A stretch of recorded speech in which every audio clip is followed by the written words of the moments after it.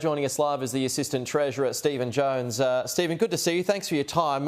We'll start off with these protests that are taking place at the moment. Debate is up, again, involving the LGBTQI community. There was the Moy Redeeming event that was hijacked by the Nazis on the weekend in Melbourne. Now you've got Mark Latham's event last night in Sydney that was targeted by trans activists. So again, tensions are high. You've spoken about this in the past. What are your thoughts on where it is right now, that heated debate that's spiked again? Well, look, frankly, I'd like us to take a bit of the heat out of this. I think it's most unfortunate, whether it's the incident in Sydney overnight or where Mark Latham is essentially trying to reheat the debate that kicked off in Melbourne earlier this week. I think it's unfortunate. Here's why. When kids who are struggling with their gender, with their identity, hear politicians like ourselves squabbling over this issue, the message they hear is that somehow we're not right, we're not a part of the community, or somehow our identity is controversial. They don't need that.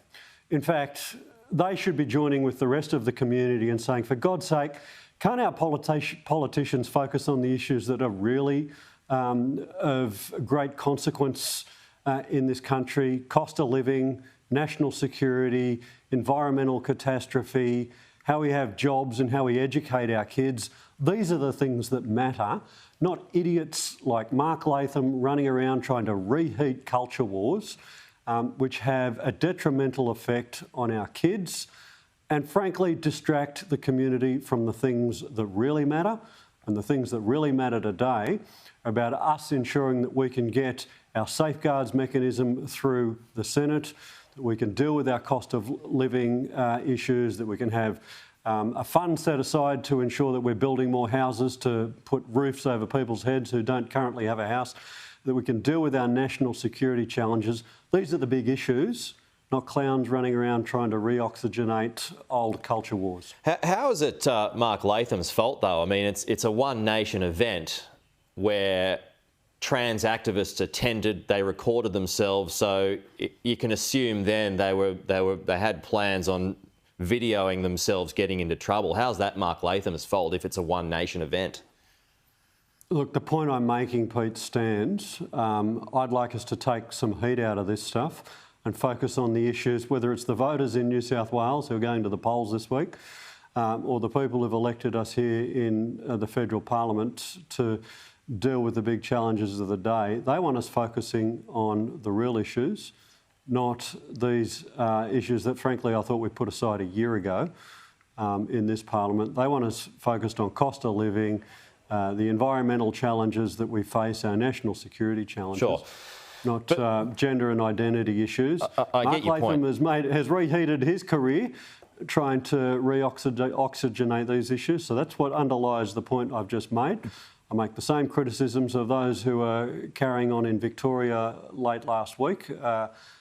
Frankly, Australians expect better of their elected representatives. OK, well, people point to the hard right being responsible for this, but isn't it the hard left as well? I mean, getting back to my point, I mean, these activists went with videos last night, so you can assume they were expecting trouble. So do they have to take some of the blame here?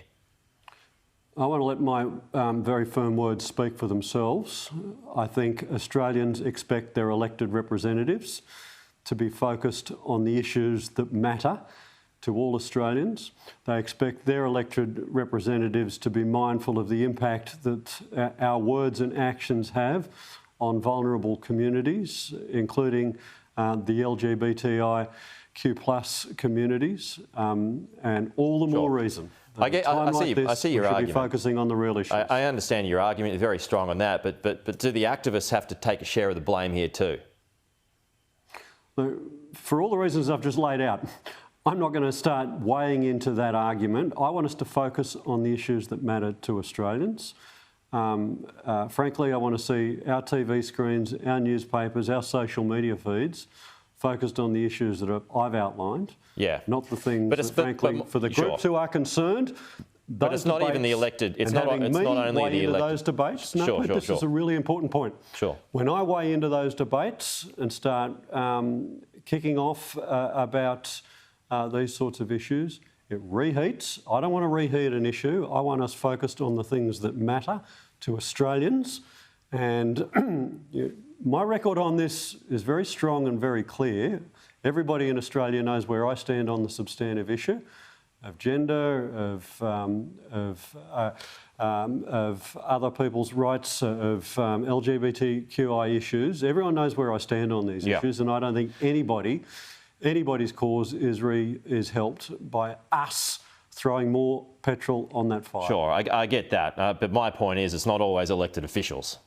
Which we've seen last night. No, it's not always elected officials, but you've asked me what I think and I've told you what I think. OK, but what do you think of those who aren't elected officials that are stirring up trouble?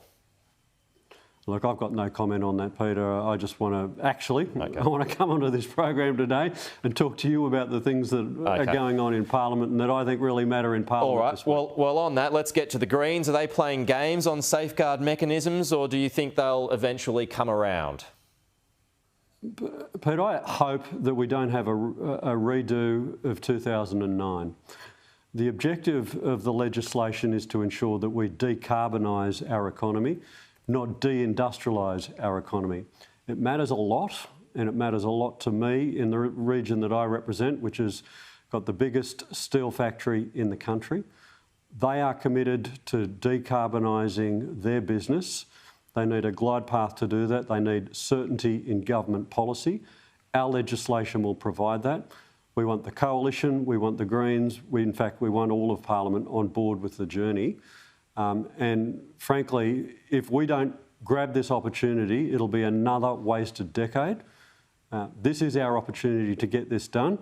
And if we don't do it, we won't meet our 43% targets. Industry won't have the security that they need to invest, including invest in renewable energies and decarbonising their industrial processes. But I repeat again, the objective is to decarbonise the economy, not deindustrialise the economy, and our legislation will do that. OK, and just a final one here on AUKUS. More reaction, particularly within Labor and Kim Carr. He's voiced his concern, Labor member of the past, well, presumably still a Labor member.